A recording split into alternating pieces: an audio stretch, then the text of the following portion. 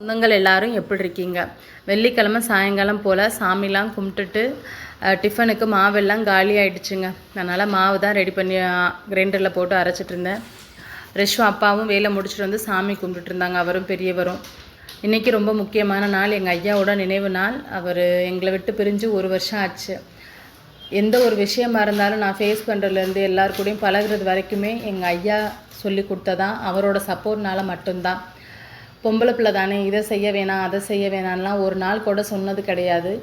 ஸ்போர்ட்ஸாக இருக்கட்டும், எல்லா விஷயத்துலையுமே ஸ்கூலு காலேஜ் படிக்கிற வரைக்கும் எதுலேயுமே நான் பார்ட்டிசிபேட் பண்ணாமல் விட்டதில்லை. எல்லாமே அவரோட சப்போர்ட் மட்டும்தான் நான் சொல்லுவேன். காலேஜ் முடித்து நான் வெளியேற வரைக்கும் எனக்கு கார்டியனாக இருந்தது எங்கள் ஐயா மட்டும்தான். என் வாழ்க்கையில் அவரை ரொம்ப நான் மிஸ் பண்ணுறேன். அது மட்டும்தான் உண்மை. நைட்டு டின்னருக்கு சப்பாத்தி தால் வச்சு டின்னரை முடிச்சாச்சுங்க. வீடியோ பிடிச்சிருந்தா லைக் பண்ணுங்கள், சப்ஸ்கிரைப் பண்ணுங்கள். தேங்க்ஸ் ஃபார் வாட்சிங்.